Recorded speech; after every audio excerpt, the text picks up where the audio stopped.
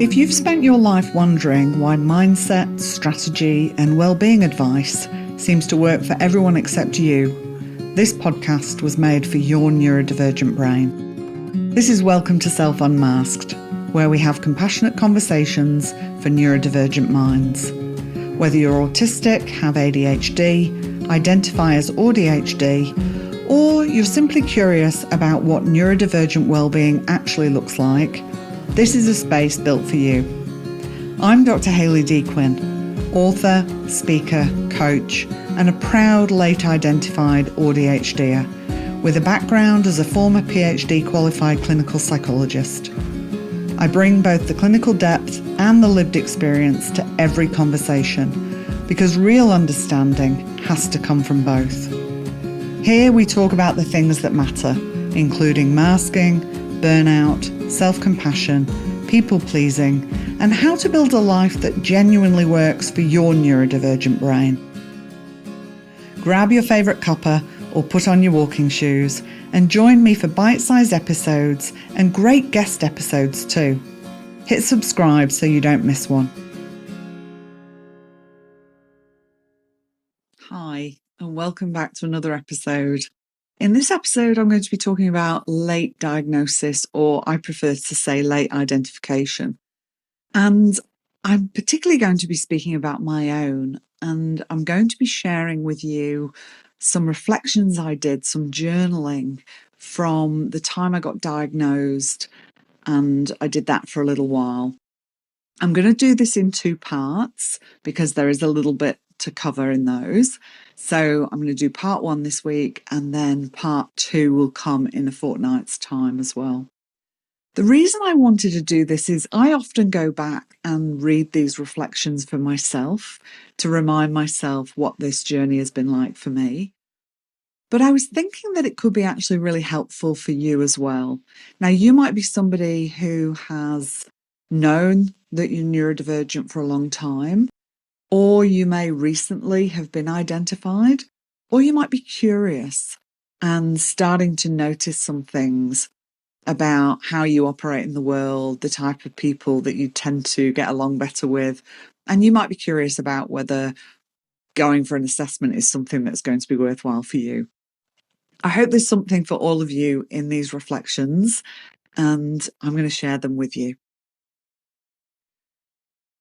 So what led to my assessment? At the time, I worked as a psychologist, and as we know, the information around autism and ADHD has been mainly based on boys and men. And it's not until more recent times that we've had more information coming through about what this looks like in women and girls. So I had been doing some learning and I'd started to notice things in my clients. And for some of them, I was recommending that they had an assessment. And I was also supervising other psychologists at the time. And I would hear cases and I would ask the supervisee, did they think perhaps the client might be neurodivergent? One night I went home and I was thinking about the reasons that I was suggesting assessment for people and realised that these were things I experienced myself and thought, you know what, it's probably time that I get an assessment. So I spoke to a trusted colleague who gave me the details of somebody. I went ahead and had an assessment and ADHD was confirmed. So I'm an autistic woman with ADHD. So to my journaling. Diagnosis. Yesterday I was diagnosed with autism and ADHD. It felt validating and helped me make sense of quite a lot about myself. It allows me to be even more accepting of myself and the ways I operate in the world. Throughout the process, I was able to see my strengths that far too often in the past I have seen as flaws and quirks that seemed weird compared to many other people. It has also brought up some sadness and grief that I didn't have this information years ago, when I always felt like a square peg trying to fit into a round hole, or that I'd been dropped off on the wrong planet. I always had this sense I didn't fit and didn't really belong, and now I know I was just trying to be someone I wasn't, so I could try and fit with the wrong people. Over the past few years, I've worked hard to accept myself for who I am and to stop trying to morph myself into someone I think is more acceptable. I've stopped wearing the mask as much, although I know I still mask a lot of my autistic behaviours unless I'm in the company of people I feel very comfortable with. This diagnosis has been a long time coming, and I'm glad I gifted myself the opportunity to explore this. I have no doubt that a range of emotions will surface over the next little while, and that's okay. I shall greet them all, as Rumi says, as guests to my house. Be you, be unapologetically you, and if others don't accept you for the beautiful human you are, then head back out and find those who do. I reminded myself to go well and go gently with myself. Just under a week post-diagnosis, I've started to notice a change in how I'm feeling about my diagnosis. I'm still finding it helpful in understanding some of my ways of thinking and my behaviours, and I am unmasking more when I'm at home with my husband. I recognise how different I am when I'm by myself. I don't mask my behaviours anywhere near as much. I'm also noticing a flatness of mood. I've spent my lifetime feeling like I've been dropped off on the wrong planet, that I don't really fit, and am different to many people. This diagnosis has now confirmed for me that I don't in fact fit in this neurotypical world. I am in many ways different, and this is making me feel sad and bordering on a sense of hopelessness that I have felt many times in my life. I also trust that this feeling will pass. I have no doubt there will be many different feelings show up over the next while. I'm having some difficulty in choosing who to share my diagnosis with. There are people who come to mind, and then I question whether it would be weird to just reach out and let them know, so I hesitate. So far, I've only told my husband, my son, one close friend, and another friend who is also neurodivergent. The response from each of these people has been lovely, supportive and affirming. But despite this, I think there is a part of me that worries about future responses. I know this information is mine to share, or not, as I feel like, and I'll see how I feel as I go. 2.5 weeks since diagnosis. I am noticing a mix of emotions, and more I am settling into this diagnosis and appreciating the understanding of myself that it is giving me. I've told a few more people, and yet still not some people who I would class as close to me. The response I've had from people I've told has been overwhelmingly positive. Many have congratulated me, which felt nice, and one or two have made little comment and just seemed to have taken it in their stride, or at least that's how it looked to me, and I'm okay with that. I'm wondering whether to trial medication for my ADHD and may get myself on a waiting list to see a psychiatrist, a necessary step if I'm wanting medication. It would be nice to think that if medicated, perhaps I can turn all my ideas into something more coherent and get them out into the world. Some of them, I believe, will be really helpful for others. I did go through a couple of days wondering whether Chris, my husband, would still want to be with me now that he knows my diagnosis. I recognise this as internalised stigma and ableism. Sucks that this is a thing, but here we are. I also reminded myself of who he is and how much he has always loved me. And I'm no different now I have a diagnosis, although maybe I'm allowing myself to mask less, and that might be a bit more quirky. And he loves me anyway. I will also need to give some thought to how I navigate this professionally, and whether I want to publicly identify as neurodivergent, and whether this would be helpful for those I work with and also for myself. Not sure how much longer I'll journal my thoughts on this, and not putting pressure on myself to do so either. But this process has felt helpful in helping me process this new identity. 7 weeks since diagnosis. Generally, I've been feeling really positive about my diagnosis. I'm observing more of my quirks, stims, preferences, and realising how much I've either masked them or ignored them in the past.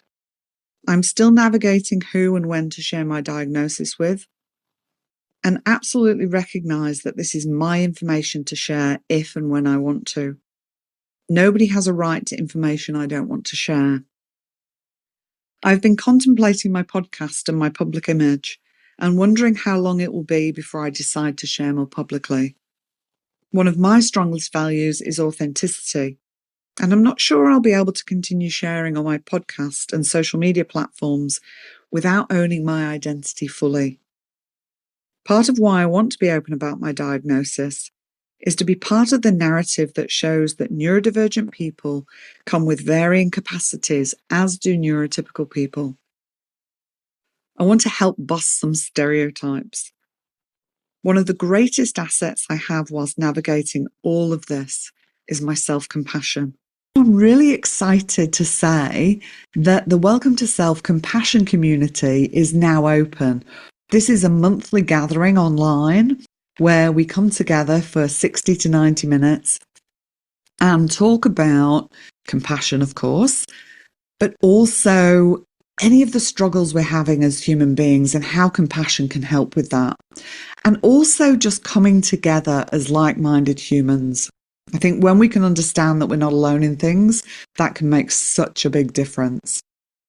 On top of the monthly gathering, I also send out weekly prompts and reminders, reflective questions to help you kind of work on this between those sessions and keep the relationship with yourself and your well-being at front of mind as you go about your week. So if you are interested in joining us there, the link is in the show notes and you can join anytime. At the time of recording this, we do have a founder member discount. So that is before 30th of June 2026, but you can join anytime after that as well. Without this, I do think I would be at risk of falling into the self-critical pit. So once again in my life, I'm so grateful to those who have helped me along in my journey.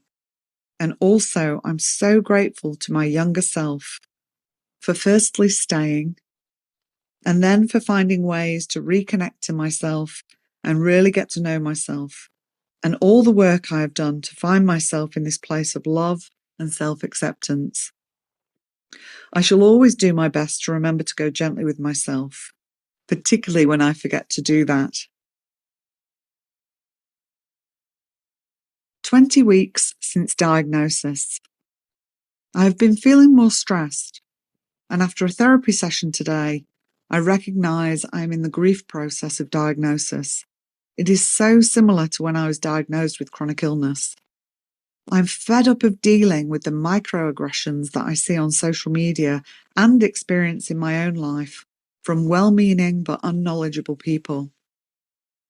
I feel a sadness. I feel frustrated. I feel angry. Part of me wants to give back my autism and ADHD, and of course I know I can't do that. I am reminded today that life is challenging, particularly when you're a neurodivergent living in a neurotypical world, and any change that's going to come is likely going to be slow. I have plans and dreams for a business that will positively impact many women, and I fear that my chronic health condition, as well as my neurodivergence, may get in the way of me bringing to life this dream. Yes, I might be able to manage a small version of my vision, but you know what? I don't want to stay small. I want to embrace the skills and qualities that I've got. I want to make a big impact on the world. I know that I have so much potential, and for years I doubted that. For years I just kept playing small. I don't want to do that anymore. As I write this, tears run down my face. I feel sad for the little girl who struggled to understand why the world seemed like such a weird place. I feel sad for the teenager who thought leaving this world was a better option. I feel sad for the young woman who ended up in relationships that were just not healthy because she didn't understand the signs. I feel proud of all those versions of my past self that persevered, took risks, and had the courage to get me where I am today. I hope you found that helpful, and I invite you to think about whether doing some reflection for yourself might be something that is really helpful for you as well. I look forward to bringing you part 2 of this in another couple of weeks.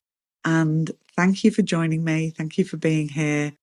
And go well and go gently with yourselves. Bye. Thank you for spending this time with me. If today's episode resonated with you, please share it with someone you think will benefit. The more we can reach the neurodivergent people who need these conversations, the better. A rating or review also goes a long way in helping others find this podcast, and I genuinely appreciate every single one. If you'd like to explore working together or stay updated with all that's happening inside Welcome to Self, head to drhayleydquinn.com. The link is in the show notes, and you can also join the mailing list from there. Please note this podcast is for educational and informational purposes only and is not a substitute for professional advice. If you need individual support, please reach out to me or another qualified professional. I'd love to hear your thoughts on this episode or what you'd like me to cover next. You can reach me through the website or find me on socials. Go well and go gently with yourself.